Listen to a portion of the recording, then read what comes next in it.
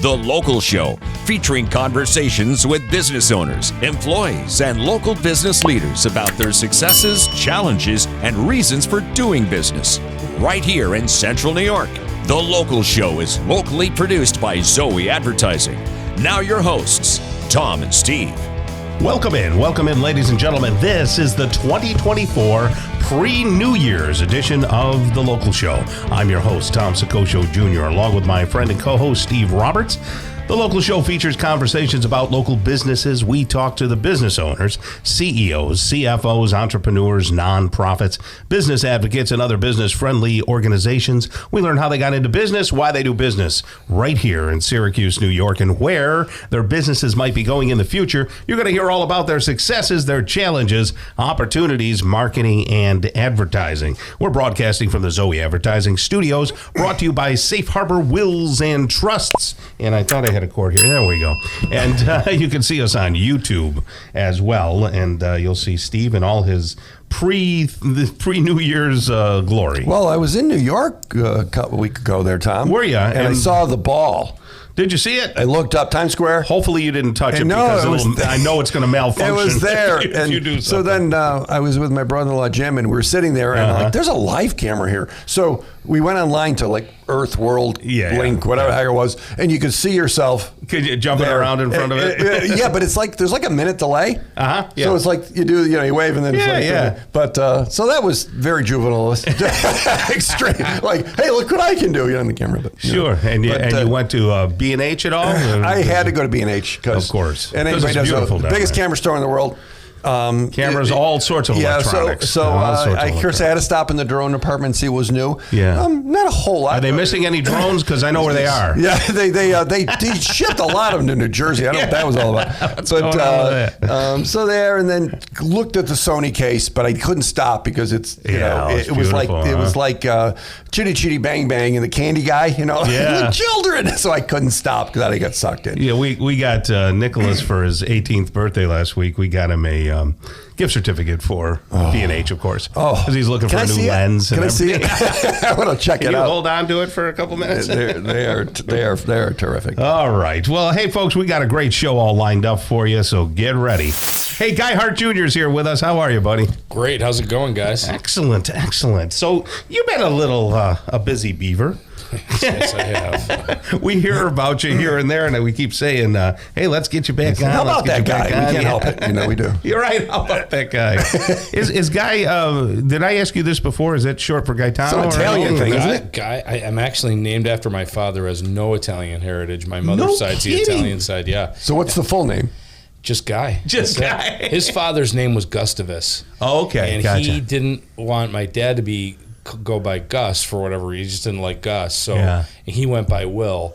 But he wanted my father to have G.W. Hart. So he named my father Guy. Yeah. I heard a different story. I heard they're like, it's a boy or a girl. And that doctor goes, it's a guy. And they wrote that on the birth certificate and it was done. That's what I heard. How long has your company been around? And are you like the third or fourth generation of it? Or So my dad did start it as the Hart Companies back in late 60s, early 70s. We usually say around 1970, but it's kind of questionable what the exact date was. He was involved in the real estate business starting around then, and he started out with multifamily residential and industrial deals and a brokerage and mortgage brokerage and all of it. He had his hand in just about everything, and I tried to pick the stuff that make us the most money and take it from there. So what has the company developed into today? What is your purpose? So, we were up and down the East Coast over the last 15 years has been our focus, and in doing those projects,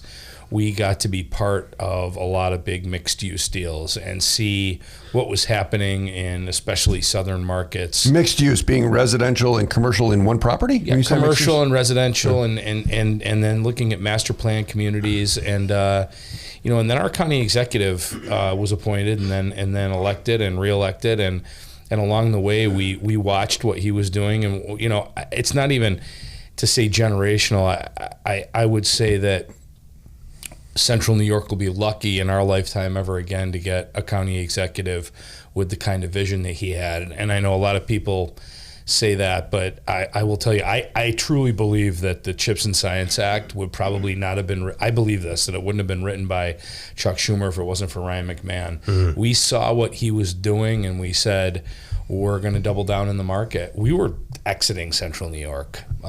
Your company? Yeah, we were, no doubt. We would probably not be here today if it wasn't for some of the unexpected things that have happened in the last 6 or 7 years. Okay. So what happened to make you want to stay, and what projects are you involved with right now? So we acquired Lakeshore Yacht and Country Club kind of in an opportunity about, it was supposed to be early 2018. We actually closed in 2017, but we had an intention of doing a small mixed use lakefront project. Then obviously COVID hit. We were delayed by that, and then there started to be talk about this chip fab stuff, and people always ask me, like, what did you know that other people didn't know? And I say, I knew exactly the same thing everyone else did, because nobody could know anymore. There was, we're trying to get intel, we're trying to get this, we're trying to get that. I just knew the guy that was doing it, and I believed it was going to happen. So we went and we made an aggressive move to try to acquire Great Northern Mall. We found a great partner. We're working closely with those guys for us to do our part and them to do their residential part. They have really ambitious plans on. What's the timeline on that whole thing? I think we'll be under construction in 2025 at some point. I believe. Constructing what? So the project has got three main components. It's got a residential component, a commercial retail, professional office component, and then a healthcare component. We're working with healthcare partners. I think that'll happen in 2026. I think the commercial pieces will start coming out of the ground in late 25. I hope.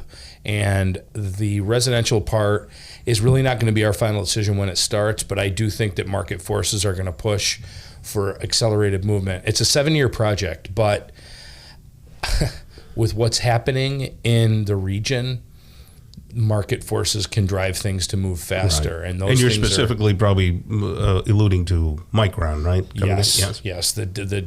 Micron's been definite for a long time, but any naysayers that hung out there who were uneducated and didn't understand the law would give their negative, point of view, and then the federal government finalized their deal with Micron, and that is no more exitable than any other binding contract between two parties. So it's a done deal. So it is a done deal, yeah, and it's going to be right now. It's just slated to be the largest construction project in U.S. history. So really quickly, as far as Lakeshore is concerned, are we going to see a revamping of that property? So the Lakeshore project, we are working on an ambitious pier project. We're working with several luxury hotel developers, a recast not only of the country club but of a resort village. Several exciting local tenants. We will have some really awesome, great space, excellent, great golf course, Tom. And finally, who actually owns it? Is it Mark Roberts or is it Perry Now? Perry Now. I was going to say that. Mark Roberts will tell you it's him all the time. Oh boy, that's great. Well, hey, it's great to talk with you, Guy, and thank you for what you're doing in the community. And we hope to see great things from you. Thanks, guys. All right.